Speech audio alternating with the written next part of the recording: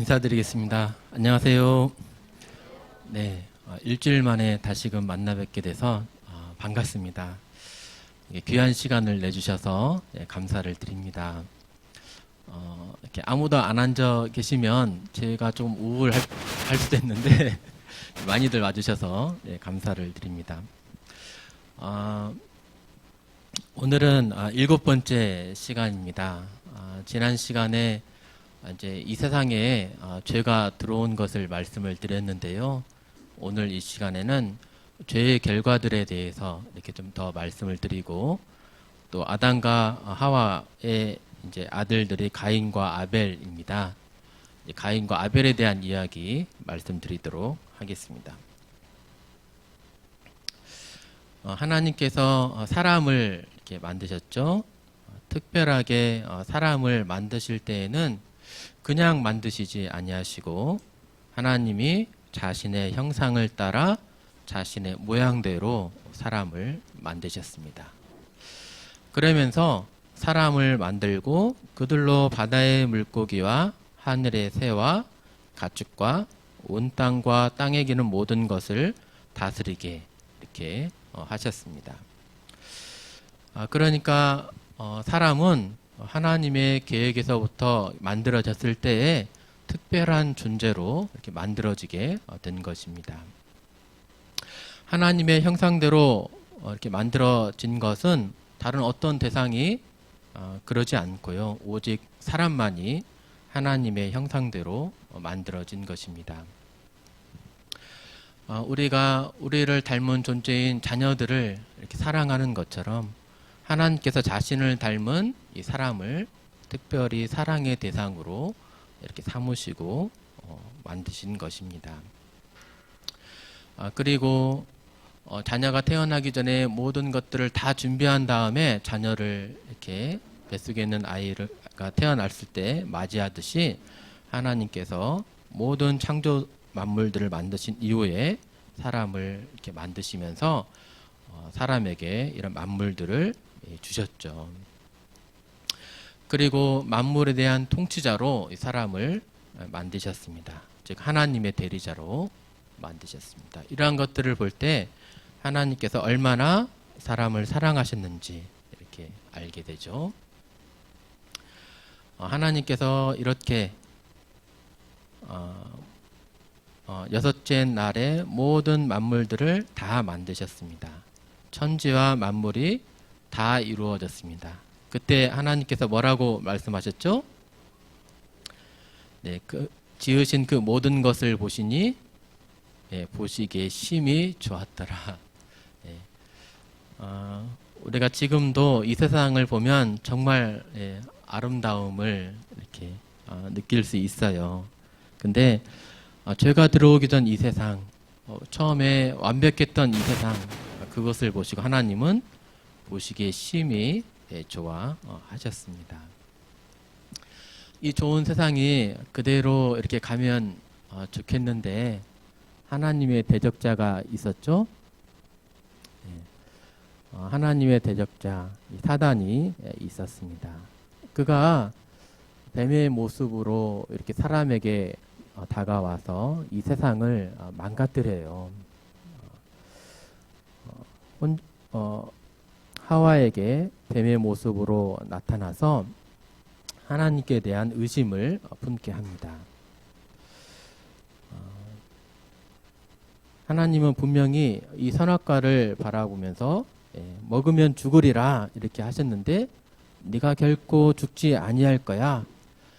하나님이 네가 하나님처럼 될까봐 그것을 금지한 거야 이렇게 말하면서 하나님께 대한 의심을 불어넣습니다. 이 말을 듣고 하와가 어떻게 했죠? 이 선악과를 따먹었습니다. 먹음직도 하고 보암직도 한 그러한 많은 나무의 열과들이 온 천지에 널려 있었어요. 그럼에도 이 하나님께서 금하신 이 열매를 바라보면서 그 열매에 꽂히게 되고 결국은 하나님을 의심하면서 하나님과 같이 된다는 그러한 사단의 말에 속아서 선악과를 따먹게 됩니다. 하와가 따먹고 그 실과를 또 아담에게 주고 아담도 역시 이 선악과를 따먹으면서 예, 하나님의 말씀을 이제 어기게 되죠. 하나님께서 분명히 말씀하신 대로 네가 이 열매를 먹으면 반드시 죽으리라 하신 것처럼 정말 그때부터 죄가 세상에 들어오게 되고 사망이 이 세상에 이제 존재하게 되면서 그때부터 세상이 이렇게 망가지게 되었습니다.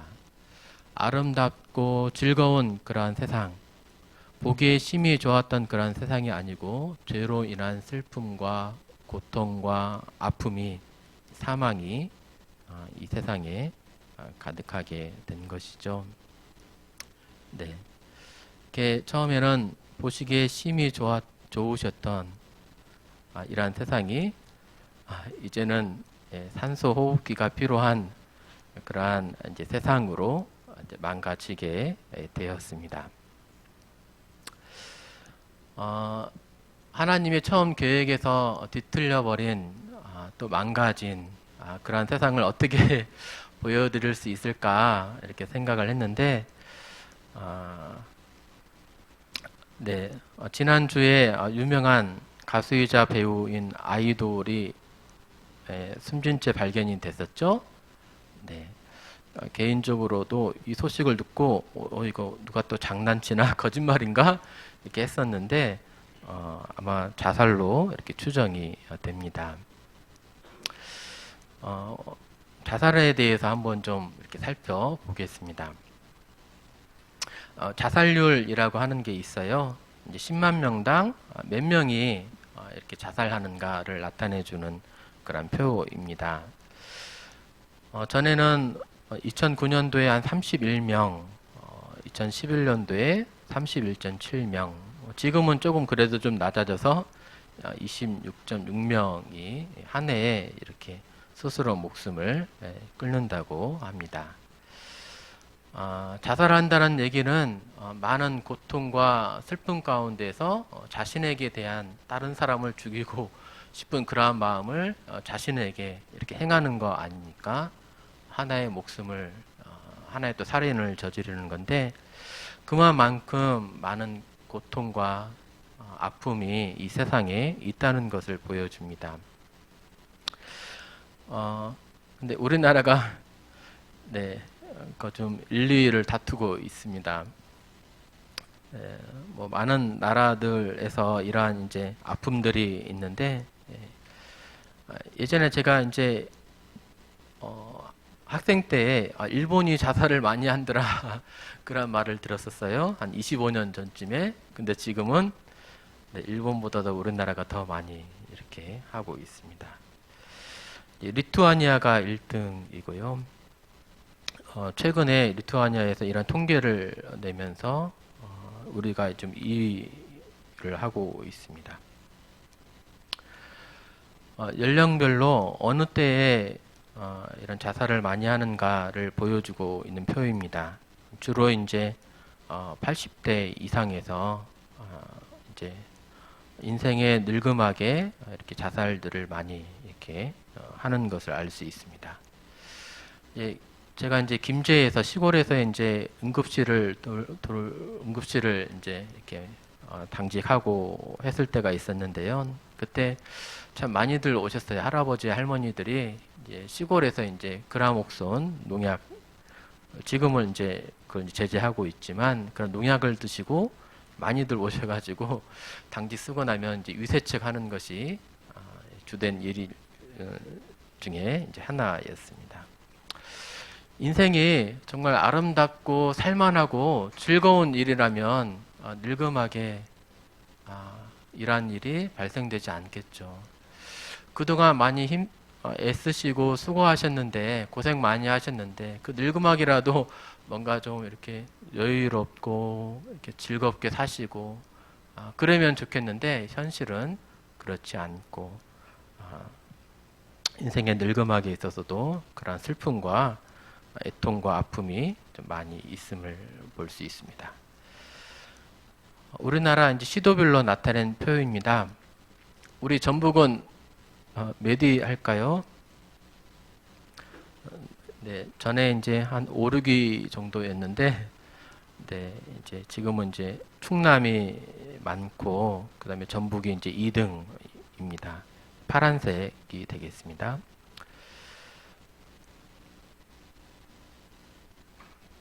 어떠한 문제로 이러한 비극이 이제 발생하냐? 제일 흔한 문제는 우울증입니다. 정신과적 그런 문제로 그렇고, 두 번째로 이제 육체적 질병으로, 또 세 번째로 경제 문제, 이 세 가지가 가장 큽니다. 그 이외에도 가정 문제, 뭐 직장에서의 문제, 남녀 문제, 뭐 사별, 학대 이런 것들이 원인이 되어지고 있습니다. 또 청소년 자살 시도율도 있어요. 이제 늙음악에만 그런 것이 아니고, 이제 자라나는 우리의 새싹들, 예, 한참 이제 인생의 즐거움을 맛보아야 될 그러한 이제 청소년들, 이제 중고등학생들의 자살 시도율입니다. 몇 프로나 자살을 시도하겠습니까? 보니까 3.1%예요.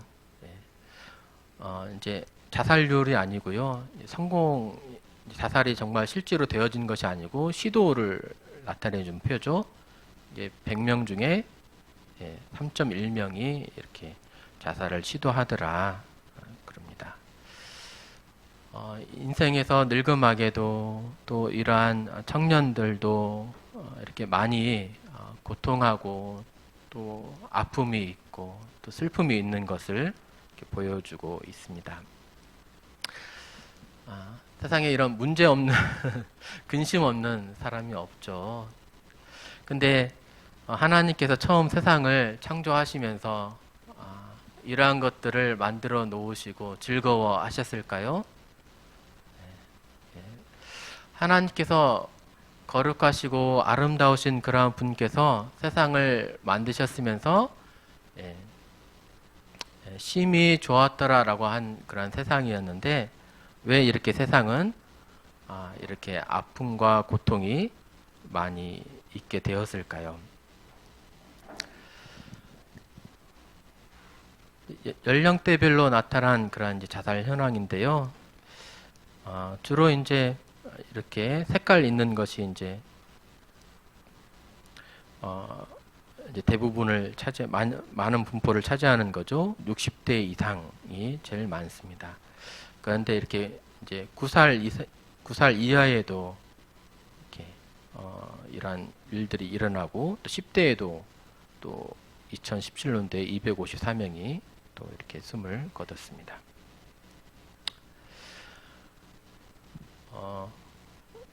네. 그다음에 이제 사망 원인을 한번 좀 보겠습니다. 제가 마음을 무겁게 해드리기 위해서 그런 건 아니고요. 네, 오늘은 이제 죄에 대한 결과를 한번 살펴보겠습니다.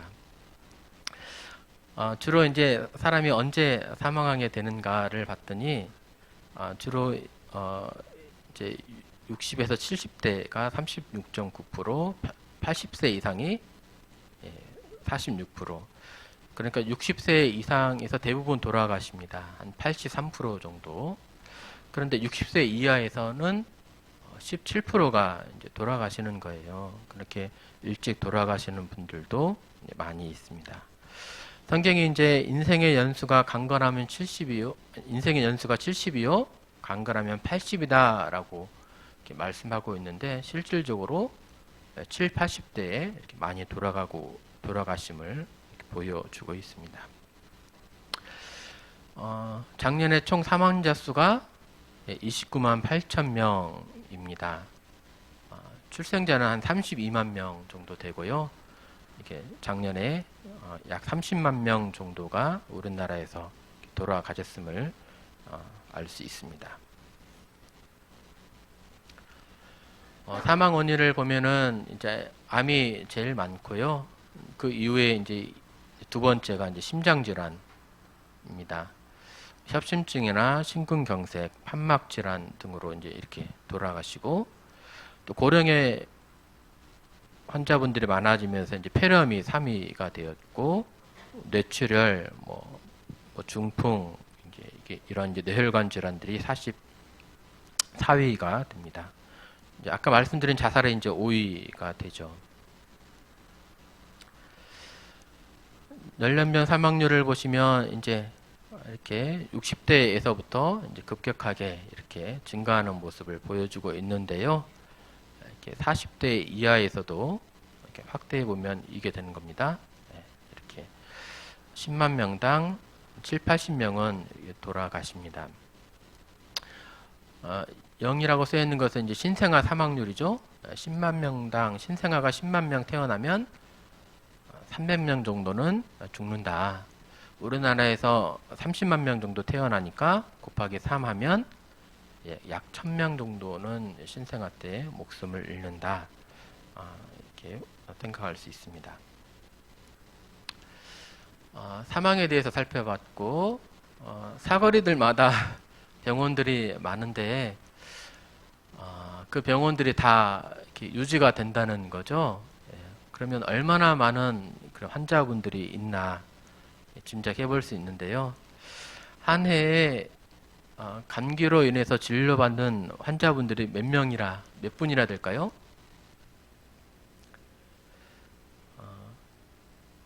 여기 이제 1900만 명입니다. 이제 1900만 명의 진료를 이제 받으셨던 거예요. 16년도에 2012년도에는 2100만 명이 진료 받으셨습니다. 뭐 연일원을 말씀하시는 것이 아니고요. 이제 여러 번 갔더라도 한 명으로 계산해서 환자 한 명으로 계산해서 약 2천만 명 정도가 한 해에 진료를 받습니다. 뭐 그냥 참고 계신 분도 있을 거고 이렇게 병원 가지 않고 그냥 약만 드시는 분도 있을 텐데 진료받는 환자 수가 이렇습니다. 인플루엔자 38도 이상의 고열과 몸살로 고생하는 그 인플루엔자는 100만 명 정도 이렇게 되고요. 장염은 500만 명 정도 이렇게 진료를 받습니다. 그냥 복통하고 설사만 있는 것이 아니고요. 장염도 심한 증상도 있어요. 40도 이상 고열이 나면서 이렇게 일상생활 하기 힘들어서 병원에 입원하신 분들도 많습니다. 고혈압 환자는 580만 명, 당뇨 환자는 약 270만 명 정도 이렇게 진료를 받고 계십니다. 세상에 얼마나 많은 이러한 고통이 있는지 조금 아실 수 있겠죠? 수술 건수는 얼마나 될까요?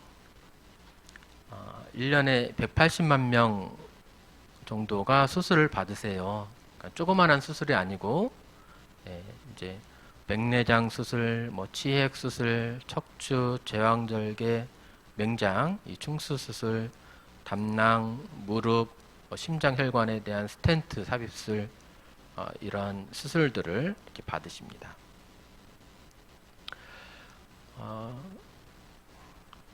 연령대별로 보시면 이제 9세 이하 어렸을 때에도 3만 명이 이렇게 수술을 받아요. 편도 절제, 뭐 탈장 수술, 뭐 맹장 수술, 또 심장 수술도 이렇게 어렸을 때부터 받습니다. 이제 연세가 이제 많이 드시면서 백내장, 척추, 무릎, 심장 혈관에 대한 스텐트 삽입술 이런 수술들을 받으시죠. 180만 명이니까 가족들을 생각을 해보면 곱하기 4 하면은 720만 명 정도가 이런 수술로 아픔을 겪고 있으십니다.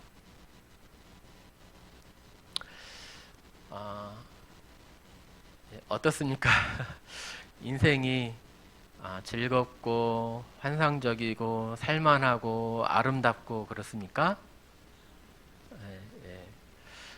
우리는 그렇게 긍정적인 사고를 이렇게 행하면서 인생을 살아가지만 실질적으로 보면 인생에는 많은 수고와 고통과 애통이 또 있음을 볼 수 있습니다. 성경은 인생을 뭐라고 말씀하실까요? 네, 한번 읽어드리겠습니다. 어떤 사람은 그 지혜와 지식과 재주를 다하여 수고하였어도 그가 얻은 것을 수고하지 아니한 자에게 그의 몫으로 넘겨주리니 이것도 헛된 것이며 큰 악이로다. 일평생에 근심하며 수고하는 것이 슬픔뿐이라. 그의 마음이 밤에도 쉬지 못하나니 이것도 헛되도다 라고 말하고 있습니다. 정말 밤낮 자지 못하면서 피곤한 몸을 이끌고 또 직장에 가면서 또 수고하고 고생하시죠. 많은 수고와 슬픔이 있음을 보게 됩니다.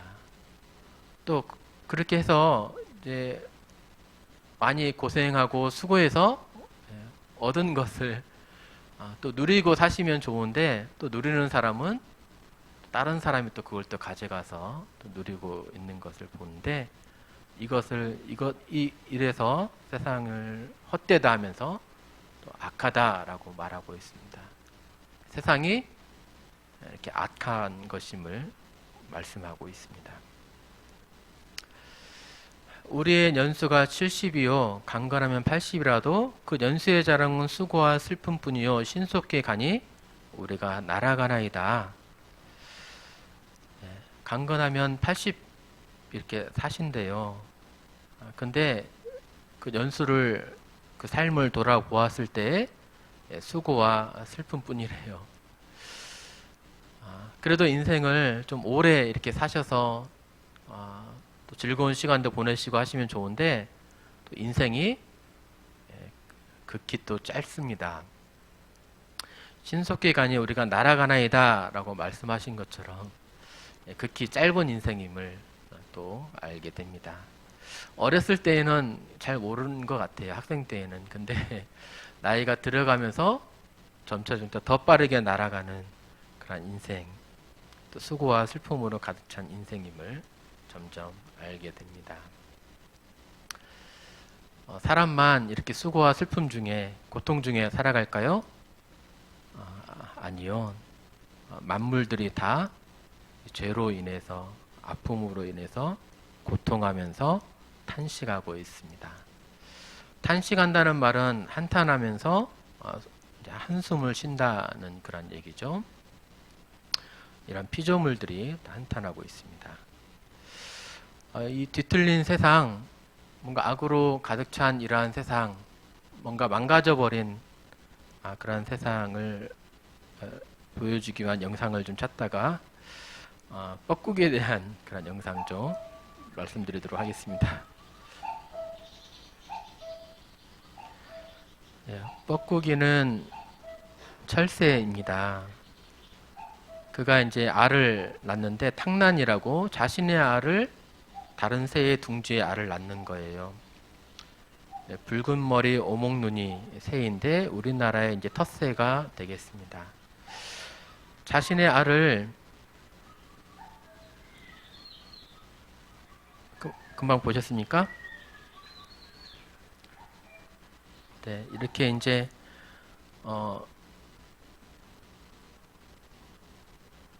네, 뻐꾸기가 이제 알을 낳아요.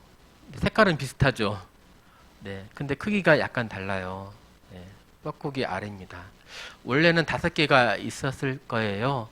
근데 뻐꾸기 와서 하나를 먹어버리고 자신의 알을 이렇게 낳고 갑니다. 그러면 붉은 눈이 오목눈이 새가 와가지고 구분을 할 수 있으면 좋은데 구분을 못하게 되면 그냥 알을 품는 거예요.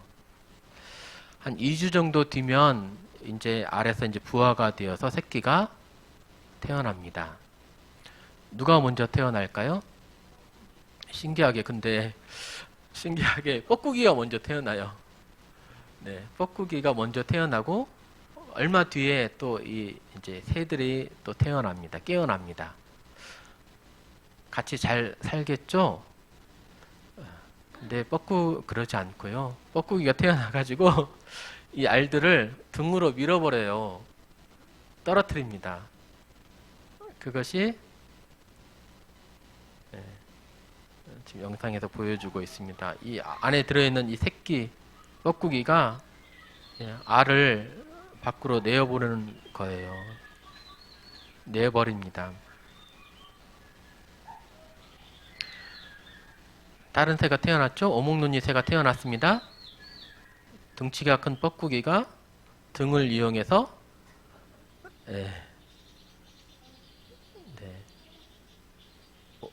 붉은 머리 오목눈이 이 새를 다 내버립니다. 그러면요, 뻐꾸기만 남게 됩니다. 그러면 그 어미새는 자기보다도 등치가 더 큰 이 뻐꾸기 새를 먹여 살립니다.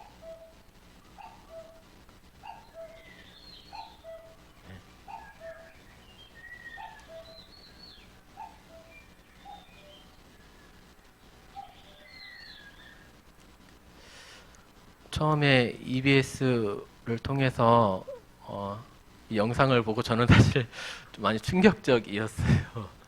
그래서 이제 기억에 늘 남아 있는데 혹시 처음 보신 분들은 아마 좀 그러셨을 수도 있습니다.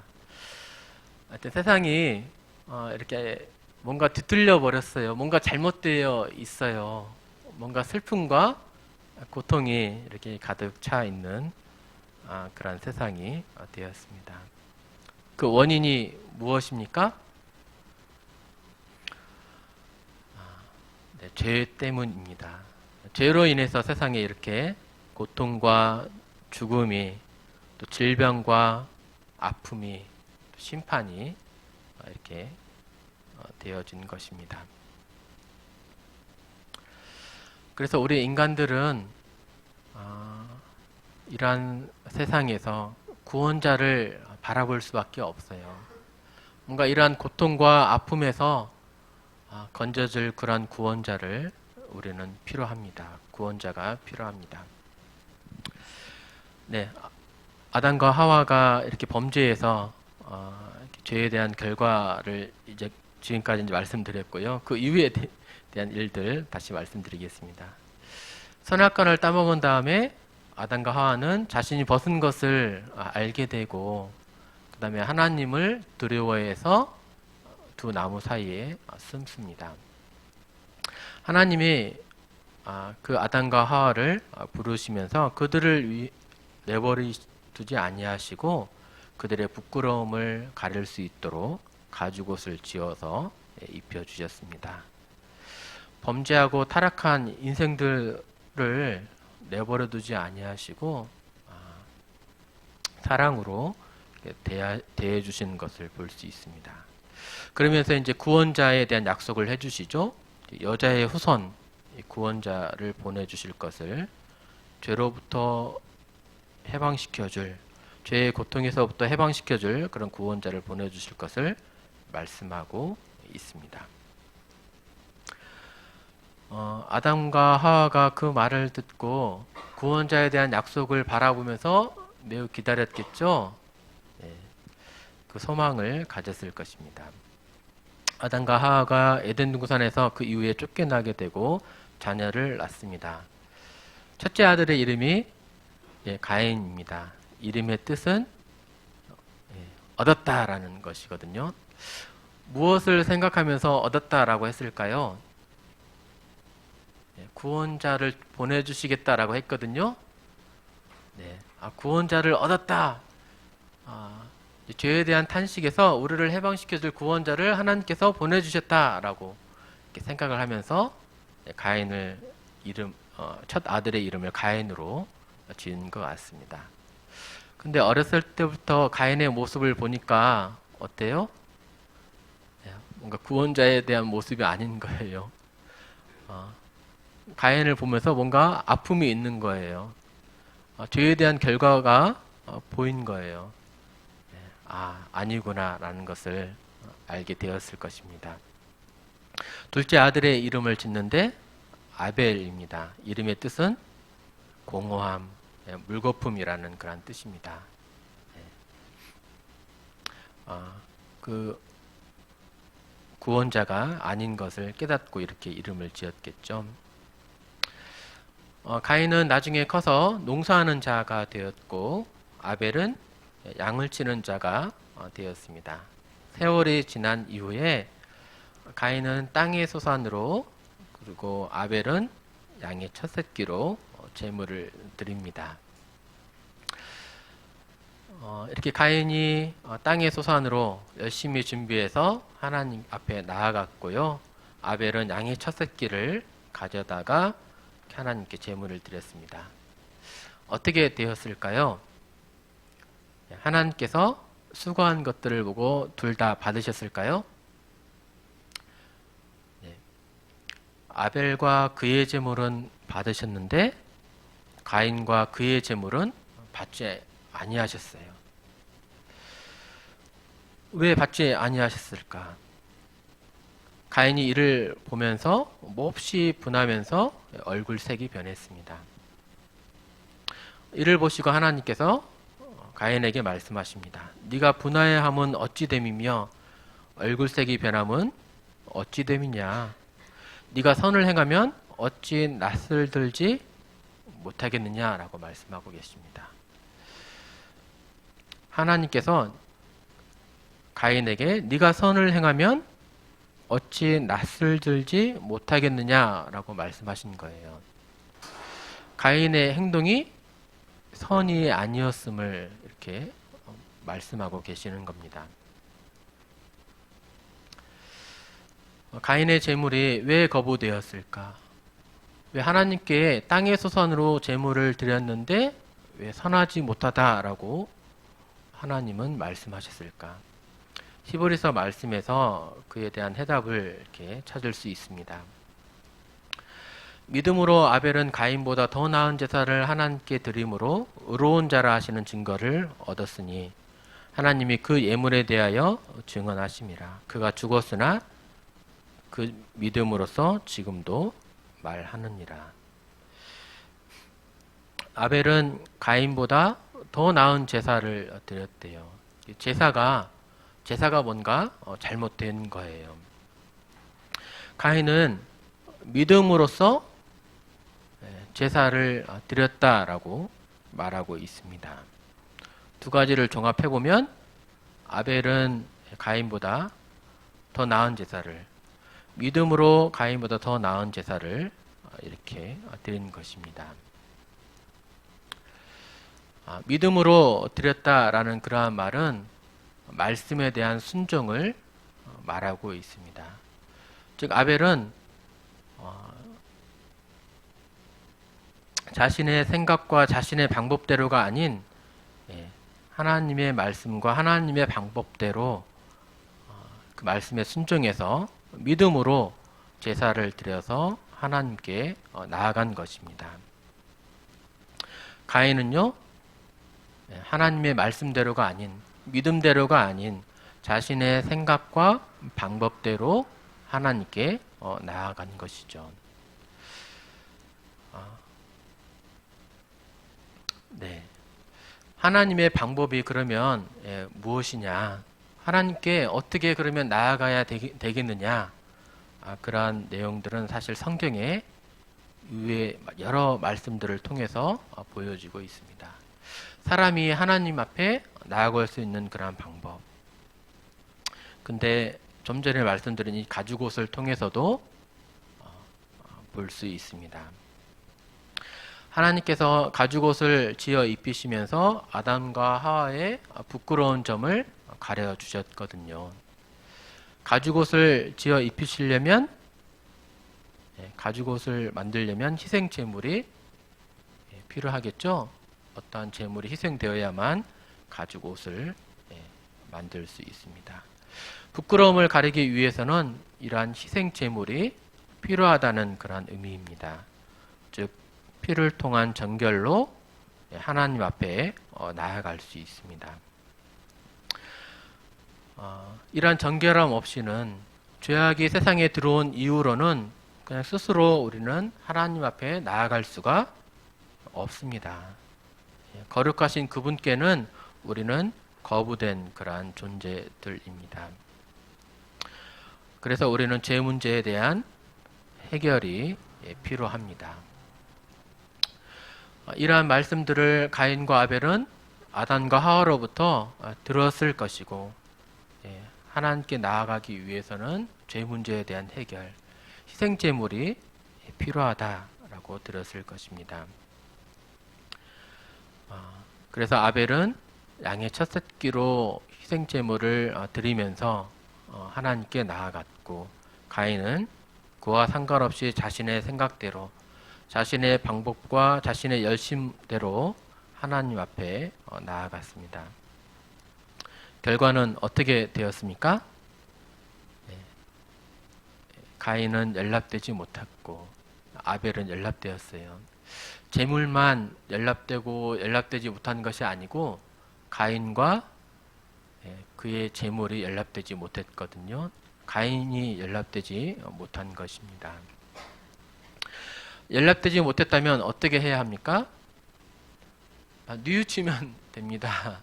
돌이키면 돼요. 말씀에 순종해서 믿음대로 다시금 희생 제물을 통해서 하나님께 나아가면 그 제물과 가인이 연락되었을 것입니다. 근데 가인은요, 자신의 행동을 고치지 않아요. 분해하면서 하나님이 잘못했어요. 왜 내 제물을 받지 않으신 거예요? 이렇게 판단하면서 그의 안색이 변했습니다. 뉘우치지 않았습니다.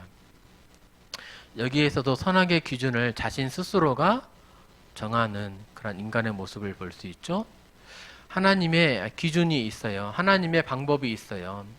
하나님이 선과 악을 정하신 그 기준이 있습니다.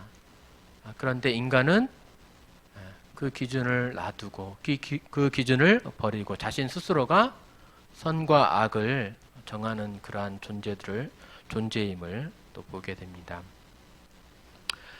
하나님께서 가인에게 네가 분하여함은 어찌 됨이냐, 안색이 변함은 어찌 됨이냐 하면서 네가 선을 행하면 어찌 낯을 들지 못하겠느냐, 얼굴을 들 수 있다, 회복이 된다는 그런 말이죠. 돌이킬 것을 이렇게 촉구를 하셨습니다. 근데 가인은 돌이키지 않아요. 몹시 분하여하면서 이 동생을 질투를 하게 되고 아벨을 들러 불러내서 그의 아우 아벨을 쳐 죽이게 됩니다. 첫 번째 세대, 인류의 첫 번째 세대가 이제 아담과 하와인데 바로 두 번째 세대에서부터 이제 형제간 살인이 발생하게 되는 그런 큰 고통을 이렇게 보여주게 되죠. 타락한 인류의 이런 모습을 이렇게 명백하게 보여주고 있습니다. 이 말씀을 준비하면서 이제 처음 인류가 이때부터 이렇게 무섭게 이렇게 타락하게 되었구나, 참 무섭다라는 그런 생각을 하게 되었습니다. 제가 이제 아들이 셋인데 큰애 둘째가 자는 모습을 이렇게 가만히 바라보았어요. 이렇게 사랑스러운 그런 아들들, 눈에 넣어도 아프지 않을 그런 아들들 아닙니까? 그냥 모습만 봐도 기쁘고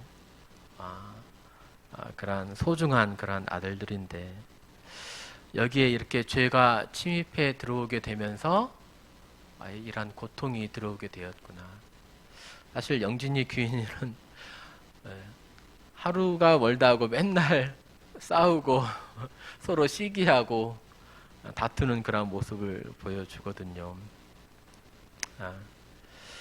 아담과 하와가 이러한 모습을 보면서 자신의 소중한 아들들이 다투고 또 살인이 일어난 것을 보게 되면서 매우 가슴 아파했을 것입니다. 죄가 들어오기 전의 세상과 죄가 들어온 이후의 그런 세상을 그들은 다 살았잖아요. 그들은 다 보았잖아요. 그러면서 두 세상을 비교하면서 탄식하고 애통하게 애통했을 것입니다. 죄로 인한 결과로 아담과 하와만 애통하냐? 아니요. 모든 사람들이 다 애통하면서 고통을 당하고 있습니다. 아벨도 고통을 당했고 아벨을 죽인 가인도 또 고통을 당하고 있고, 온 인류가, 그들의 후손 온 인류가 고통을 당해왔고 당하고 있는 상태입니다. 이후 가인은 이제 하나님의 저주를 받아서 땅에서 피하며 이제 유래하는 자가 돼요. 죄에 대해서는 분명히 심판하시는 하나님의 모습을 볼 수 있죠. 가인은 물론 만나는 자마다 나를 죽이겠나이다 하면서 두려움에 사로잡히게 됩니다. 하지만 하나님은 가인에게 표를 주셔서 죽음은 면케해 주십니다. 나중에 여호와 앞을 떠나다가 이제 롯 땅에 거주하면서 아내와 동침해서 에녹을 낳고 살아가게 됩니다. 이렇게 이제 죄로 인해서 고통당하는 그런 모습들을 이렇게 살펴보았습니다. 근데 가인은 누구와 결혼을 했을까요? 아담과 하와 말고 다른 부족들이 있었을까요?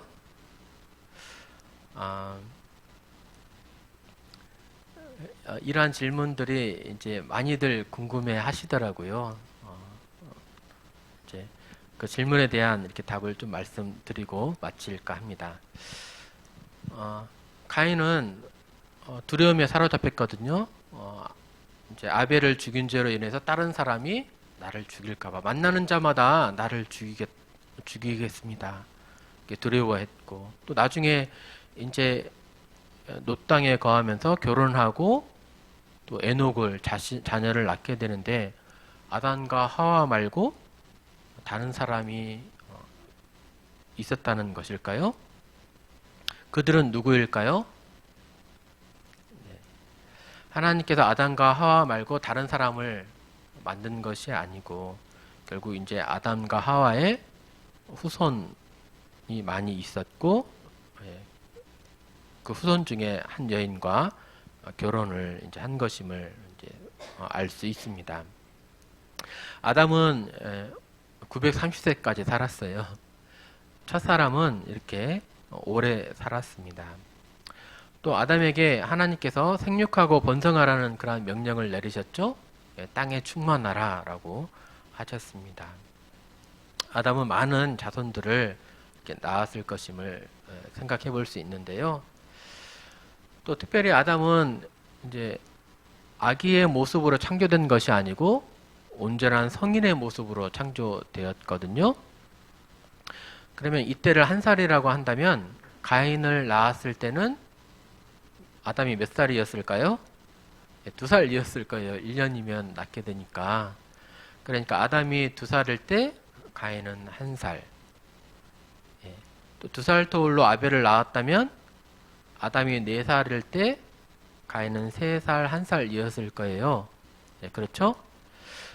그러면 아벨이 죽음을 통해서 하나님께서 아담을 유로하시기 위해서 다른 셋이라고 하는 다른 아들을 또 주시거든요. 그때 나이가 130세였습니다.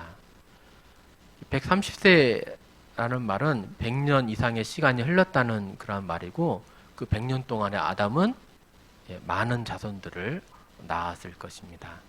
생육하고 번성하라, 땅에 충만하라는 그런 명령이 주어졌기 때문에 이렇게 많은 자손들을 낳았을 것이고, 그 자손들을 통해서 가인은 결혼을 했음을 살펴볼 수 있습니다.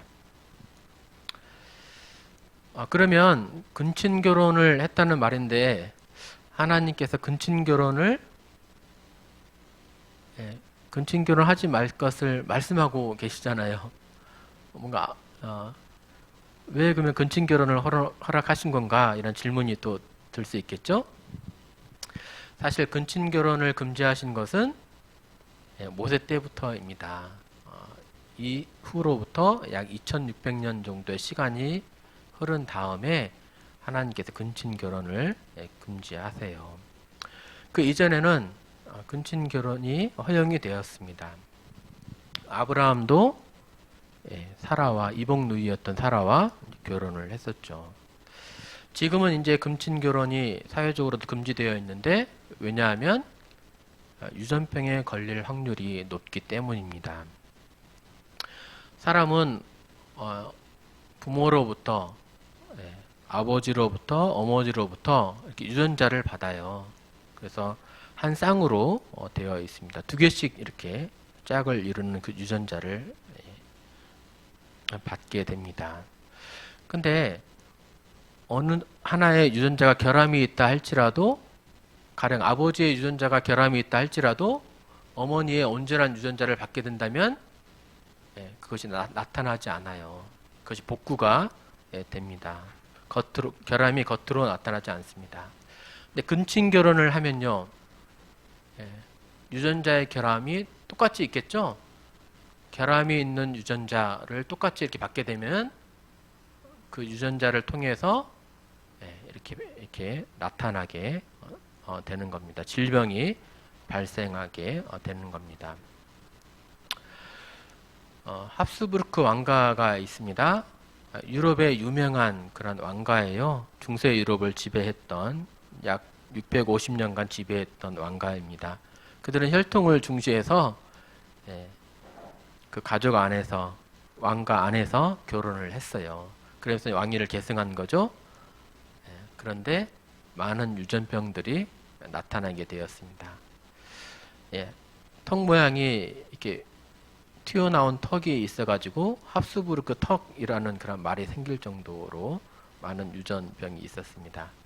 비정상적인 모양과 크기의 머리도 있었고 간질, 통풍, 우울증 등의 여러 유전병 등이 발생되었다고 합니다. 초상화죠?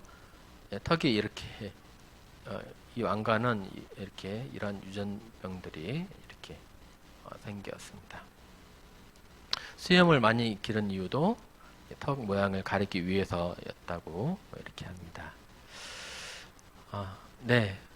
혹시 궁금해하실까봐 그런 분들 있을까봐 이렇게 말씀을 드렸고요. 오늘은 이렇게 죄로 인한 그런 결과들, 또 그 이후에 아담과 하와의 자손인 가인과 아벨에게 있었던 일들에 대해서 이렇게 말씀을 드렸습니다. 경청해 주셔서 감사합니다.